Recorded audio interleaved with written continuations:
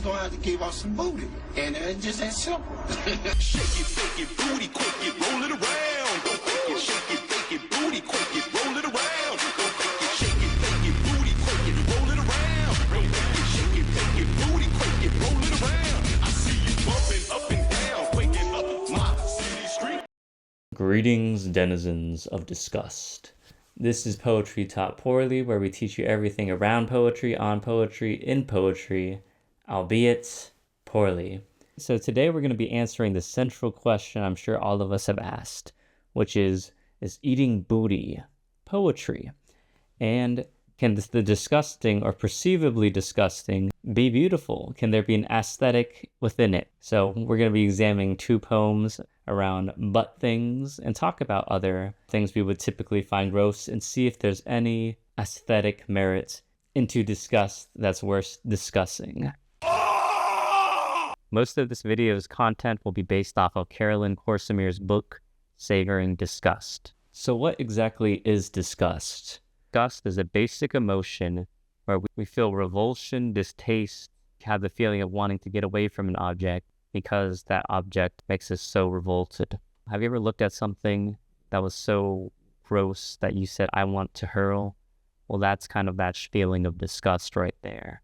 Actually, psychologists have labeled a basic emotion as being joy, surprise, sadness, fear, anger, and disgust. Every single culture has the feeling of disgust, and it is almost universal, which is why they are called basic emotions. These are accompanied by standard physical reactions like cringing, blinking, and heart rate changing. And disgust is really related to our sense of taste. So when we think about tasting things, that is the greatest driver of disgust. There's a reason why Two Girls, One Cup became a disgusting phenomenon where everyone was doing reaction videos to it for a certain period of time. It's because the taste factor makes that horrible thing. Well, I'm not even going to tell you what's in that video, but I'll show you these people's reactions to it. But there's a taste component involved with it that's just purely disgusting. This idea of taste can spread into an overprotective umbrella, where many other things are also considered disgusting, or in the often said phrase, things can be distasteful. So taste and disgust are largely linked together. So researchers found that there's 7 levels of disgust, possibly 8, that are things that we always find truly disgusting.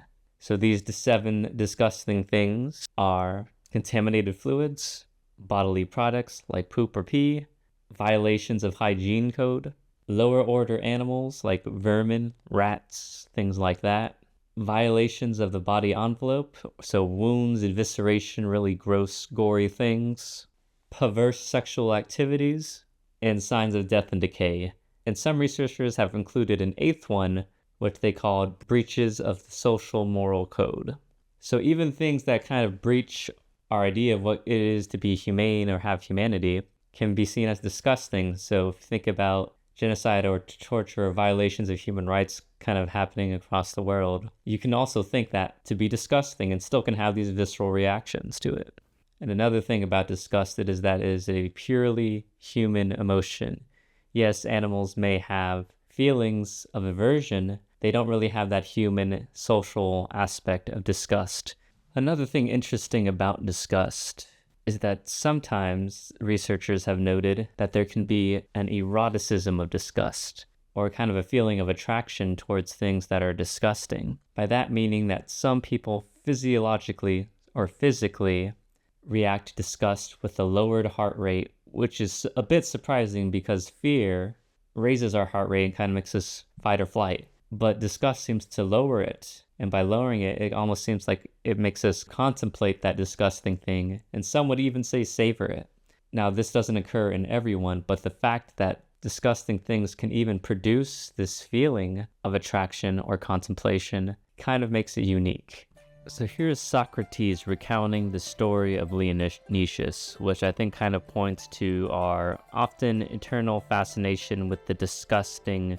I once heard a story which I believe that Leontius, the son of Aglaon, on his way up from the Piraeus under the outer side of the northern wall, became aware of the dead bodies that lay at the place of public execution. At the same time felt a desire to see them and a repugnance and aversion, and that for a time he resisted and veiled his head, but overpowered in spite of all by his desire, with wide staring eyes he rushed up to the corpses and cried, "There, ye wretches, take your fill of the fine spectacle." I think it's also important to note that Leonetius was characterized by Plato as just being like an average guy, a normal dude. This wasn't a mentally disturbed individual. This was a normal guy, just like any of us. But the fact that this guy wanted to see disgusting bodies kind of says something about ourselves as well.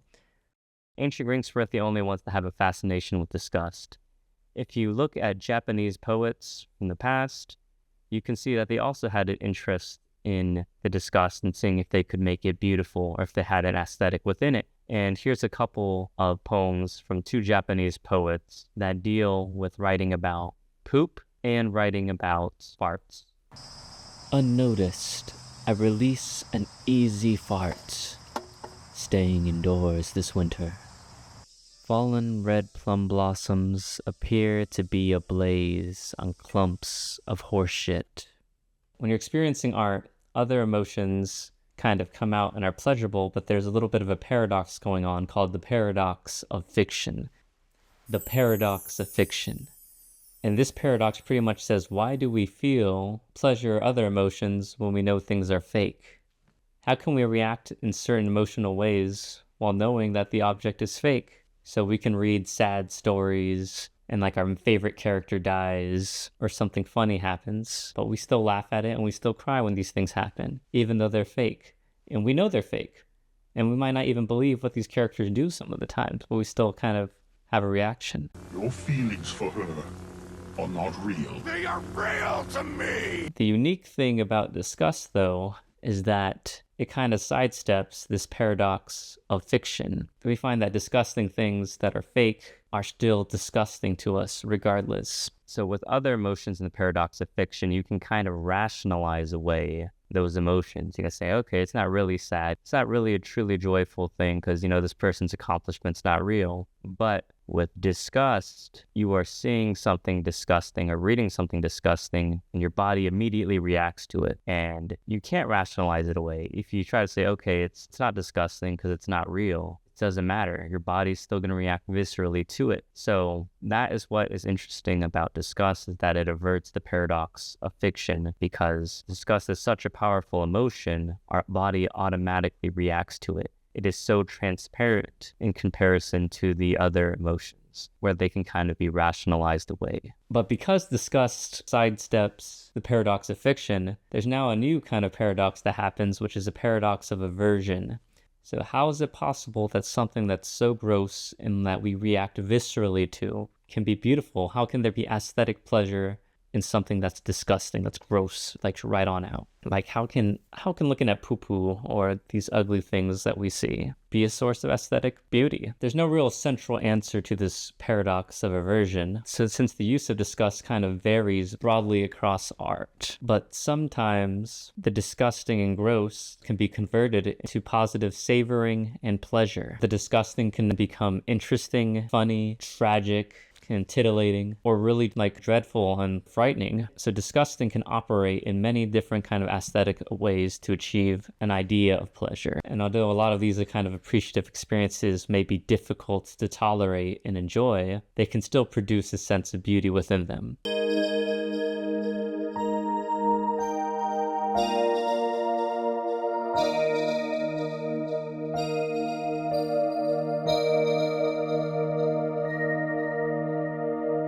You may have heard the poem Dulce Decorum Est by Wilfred Owen before, and in that poem he describes kind of the effects of a mustard gas attack during World War I, and it goes something like this. And watch the white eyes writhing in his face, his hanging face like a devil's sick of sin. If you could hear at every jolt the blood come gargling from the froth-corrupted lungs, obscene as cancer, bitter as the cud of vile, incurable sores on innocent tongues. My friend, you would not tell with such high zest to children ardent for some desperate glory, the old lie, dulce et decorum est, pro patria mori. Now, when he really describes all these kind of effects of mustard gas, it's really nasty, really gross, and it kind of makes you feel like, oh my gosh, what's going on in the war is horrible. But it also heightens the irony and makes the poem have a strong anti-war message, because it's saying, look at all these disgusting things that are happening in war, but we're going to say like, it is beautiful to die, or it is sweet to die. More, it kind of turns it on its head. So disgust is used to heighten that irony. Without that visceral reaction we have with these gross descriptions, you wouldn't have that. There's another sort of love poem by Charles Baudelaire that also uses the disgust to kind of heighten its emotion. The poem is titled Un Charan. That's my best French, guys. So the poem is titled Un Charan, which means a carcass. So in this poem, Baudelaire is kind of walking around this woman and they see a dead body of some rotten animal, like roadkill. He just goes in on describing this thing. So here are some of the poetic lines he uses to describe this dead body. Her legs were spread out like a lecherous whore, sweating out poisonous fumes, who opened in slick invitational style her stinking and festering womb. The flies buzzed and droned on these bowels of filth, where an army of maggots arose, which flowed with a liquid and thickening stream on the animate rags of her clothes. So he kind of goes on and on describing this dead body, but then he kind of makes this turn in the poem where she now starts talking. He talks to his woman, and he pretty much just says, okay, you're gonna be dead soon too, but here's the good thing, and this is what he says. Ah, then, oh my beauty, explain to the worms who cherish your body so tine, that I am the keeper for corpses of love, of the form and the essence divine. So Baudelaire pretty much was saying, okay, like, look at this gross dead body. It's so gross. Look at every single ghastly detail. And, you're going to be a dead body like that, but it's going to be cool because will be able to keep the beautiful form of yourself alive within me. That's a really kind of powerful and beautiful poem, even though it's so disgusting in topic and subject matter for a majority of it. Now bear with me for a second. Booty's coming, I promise. So disgust can also heighten sympathy and tragedy to kind of a crazy level. There was a movie called Slumdog Millionaire, and there's going to be a little bit of spoilers ahead, so skip this if you don't want to hear it. But in this movie called Slumdog Millionaire, there's this Indian boy who really wants to get an autograph from this movie star, but his brother kind of locks him in an outhouse, so he can't get it. So to escape, he literally jumps into the vat of poop in the outhouse to escape, and he comes all poop covered to the actor to get his autograph. So with that, you kind of feel a lot of sympathy, and you kind of appreciate this kid's determination. But then when his brother sells that autograph to make some money, it even heightens the tragedy even further, because you know the literal ish he had to go through. The disgusting can be used for sympathy and tragedy too. Here's a final example I'll give you of disgust kind of making this foray into beauty despite being horrid. So in Robert Stone's novel, A Flag for Sunrise, there's this scene where this young nun is getting tortured to death, getting beaten up and shocked, and he kind of goes into grisly detail describing it, and it goes something like this. When he began, she thought, I must do this. I must finish this, not him. She cast the compassing of her mind as high and wide as she could reach toward strength and mercy. She cried because at first there was nothing at all, only the blows falling. Though he beat her beyond fear, she kept trying, until she was awash in all the shameful juices of living, and she still kept on. Though she forgot in time who he was and what the pain was about, she was able to think of the tears, the blood, the mucus, and loose teeth in her mouth. These are not bad things. These are just me, and I'm all right. So there is kind of a beauty in this girl's determination to kind of find compassion despite having suffered all these horrible things. You might even reread that passage a couple times because it's very eloquent and there's a certain aesthetic merit to it. But it is disgusting. It is horrible, both morally and physically, but there is beauty in it. Roman poet Horace actually made an observation about beauty in his poem Ars Poetica, where he pretty much says this, that hard lessons are better learned when they are expressed well or when instruction intermingles with delight. So a beautiful rendering of a harsh truth can make it easier to accept. And it's really hard to say that the pleasure of beauty is the absence of pain, since sometimes going through that pain and suffering might make the experience more beautiful. And that art can be beautiful not despite the pain and disgust that comes with it, but because of it. So Corsimir kind of calls this beauty terrible beauty. So beauty can appear sometimes when it is bound up in emotions that are unsettling and discomforting. Now we got that out of the way, let's get into what we really wanted to talk about, the booty poems.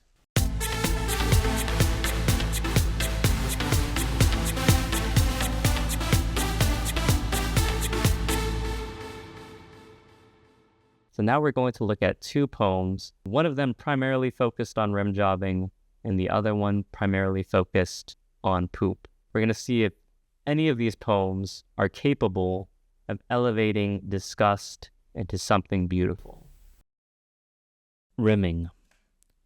I love the taste of a clean hole. My first time, he warned me. It's a different feeling, all right. I sat on his face and thought, indeed, it is. I could see my reflection in the mirrored cupboard, my reflection against the bright, distant Arabian Sea. The day was humid but not oppressive. I ate him out and escaped my impression in his void. The door was locked, and there were no cops. No cops like those that terrorized that cruisy toilet. Our desire broke rules and protested. We broke those rules out of desire, not protest. It took maybe a second for me to acquire this taste of a different freedom, the puckered void that is a gravity of energy, not unlike a dead star, but breathing, expanding, a pistol stretching out over my visible universe. It's not a stretch when I say that I find delight in a hungry hole, a faithful mouth waiting to be fed. Eating ass is an act of faith, a tongue meeting nerve endings that house pleasure and pain. I can make a home between those cheeks and park my face there all day. Not really all day, but you get the point. I love the taste of a clean hole. Okay, I'm gonna be real. That rimming poem made me want to throw up the first time I read it. I was like, ugh, like clean hole? That sounds nasty. Eating booty. I personally don't eat booty. If you do, kudos to you, but I just found this poem disgusting. And I think that because it's so involved with taste, which is kind of that primary motivator within disgust, I guess it enhances that feeling of disgust all the more. Just the idea of clean hole, there's just something, ugh.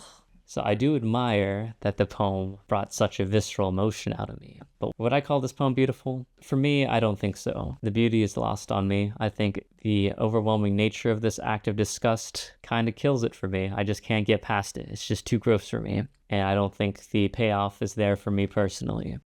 Winter. Big, smelly bowel movements this blue January morning. From the living room TV, a commercial from our TV company. We're the fastest, the only, meaning love us above all others. What makes poop more pungent on certain days? A question for science. From the living room TV, the powerful cite law, bark order, meaning love us or else. Years ago, a teacher said to never use the word poop in a poem. Today, the icy kiss of the toilet seat wakes me up. Today, I poop while my boyfriend shouts from the living room, "Did you hear that?" Meaning the atomic scientists who say we are now 2.5 minutes to midnight. But still I marvel whenever poop comes out as one true platonic tube. I am trying to be marvelous, and to make my enemies throw up. I mean, if you shower with soap and eat well, maintaining consistent gastrointestinal health, you should be ready for a rim job or other forms of anal play. My boyfriend and I are not platonic. From the TV, a white supremacist cites science, barks two sides to every. I mean, up the throat, out the mouth, the fastest, the only way the powerful will let go of their shit.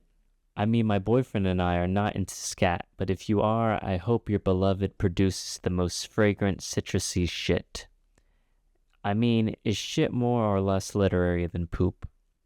I mean, one winter night I got sick and pooped the bed, and he just got up with me. Helped strip the sheets, carry it all to the washer. I kept saying, "I'm so sorry," shivering, I'm sorry. But he said what? "Hey, I love you."